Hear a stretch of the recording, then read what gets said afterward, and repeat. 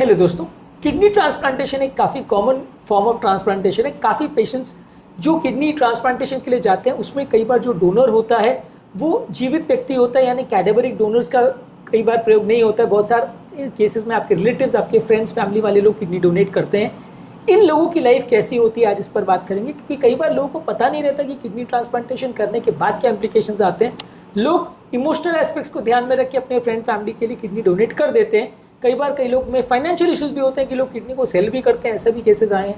तो आज हम बात करेंगे कि उनकी लाइफ कैसी होती है ऑपरेशन से पहले, ऑपरेशन के दौरान, ऑपरेशन के बाद, और क्या क्या इश्यूज आ सकते हैं, क्या क्या चीज़ों का उनको ध्यान रखने की आवश्यकता है एक डोनर के हैसियत से।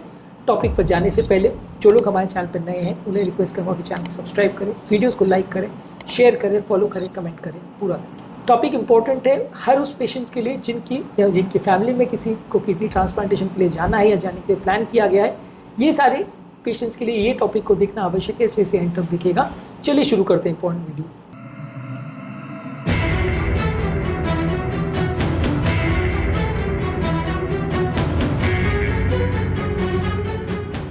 सबसे पहले बात करेंगे प्री डोनर इवैल्यूएशन के बारे में। जो भी पेशेंट किडनी ट्रांसप्लांटेशन के लिए जाता है उसको ऐसा नहीं होता कि खाली उसने बोल दिया और ट्रांसप्लांटेशन हो गया। उसका एक प्रॉपर इवैल्यूएशन किया जाता है कि वो ट्रांसप्लांटेशन के लिए फिट है भी या नहीं।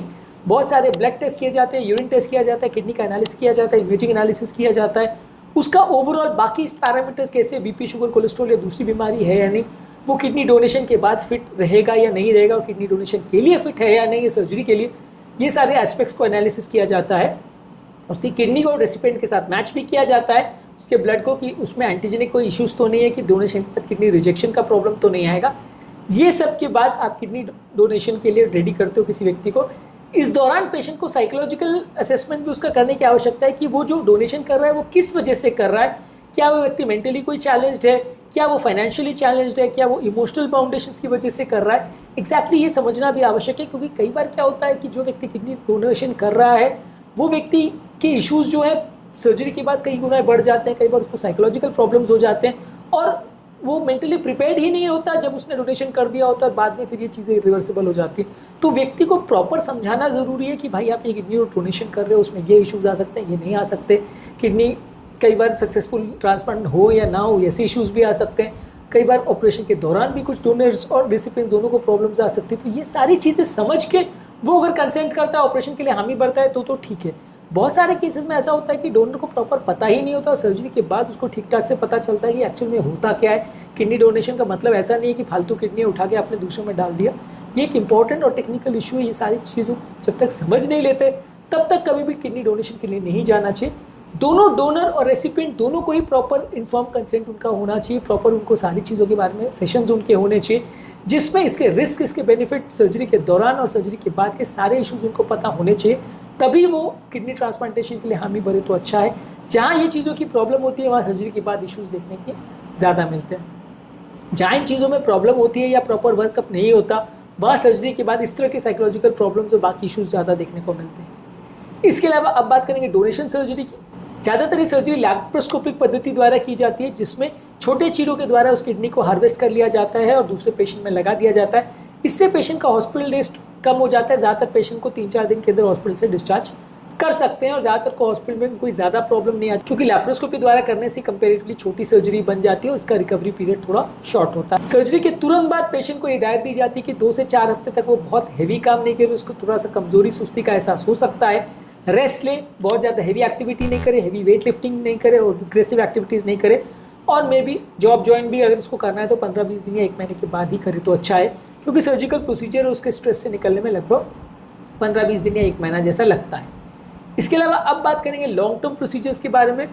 लॉन्ग टर्म में उस पेशेंट को ज़्यादा ध्यान रखने की ज़रूरत है, क्योंकि अब जो व्यक्ति डोनर है वो एक ही किडनी पर सर्वाइव कर रहा है, और जो किडनी निकाल दी गई है वो उसके बॉडी के लिए बिल्कुल वेस्ट नहीं थी, क्योंकि वो बहुत सारे इंपॉर्टेंट फंक्शंस प्ले करती थी।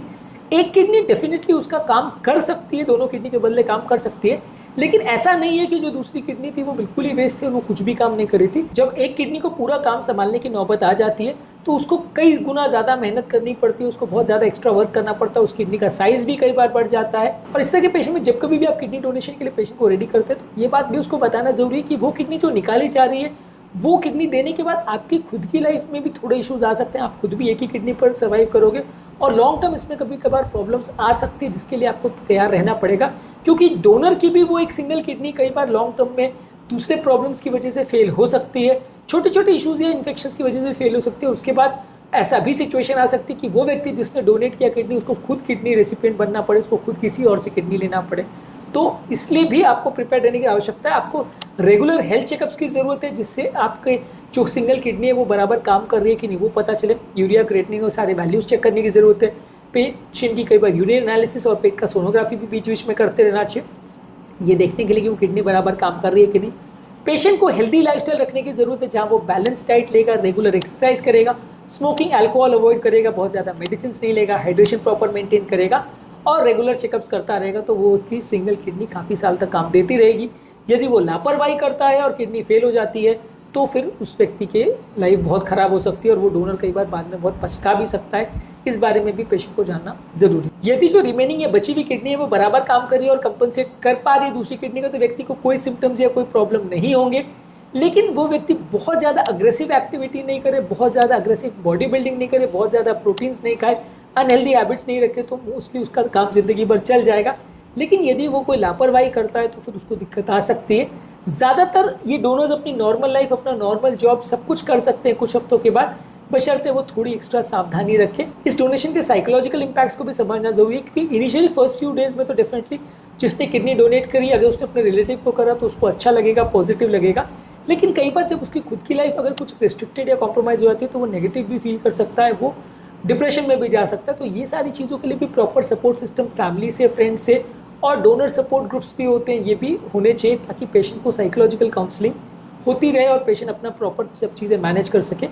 इसके अलावा वो पेशेंट लॉन्ग टर्म अपनी लाइफ ठीक ठाक चलती रहे, इसके लिए प्रॉपर मेडिकल इंश्योरेंस या मेडिकल कॉस्ट को बेयर करने की तैयारी रखे तो अच्छा है। क्योंकि इस तरह के कई बार जो किडनी डोनर्स रहते हैं उनको long term kidney related issues आ सकते हैं उनकी खुद की किडनी के संबंधित, तो अपना प्रॉपर मेडिकल इंश्योरेंस करा के रखें और प्रॉपर कुछ फाइनेंशियल लेवल्स भी रेडी करके रखें, ताकि अगर फ्यूचर में उनको खुद को अगर कोई प्रॉब्लम आती है तो उसे मैनेज किया जा सके। तो बेसिकली टॉपिक का कंक्लूजन ये है कि किडनी ट्रांसप्लांटेशन में डोनेशन जो करते हैं लोग, उनको एटलीस्ट सारी चीज़ें पता होनी चाहिए और सारी चीज़ों के लिए मेंटली प्रिपेयर्ड होने चाहिए, तभी उनको किडनी डोनेट करनी चाहिए।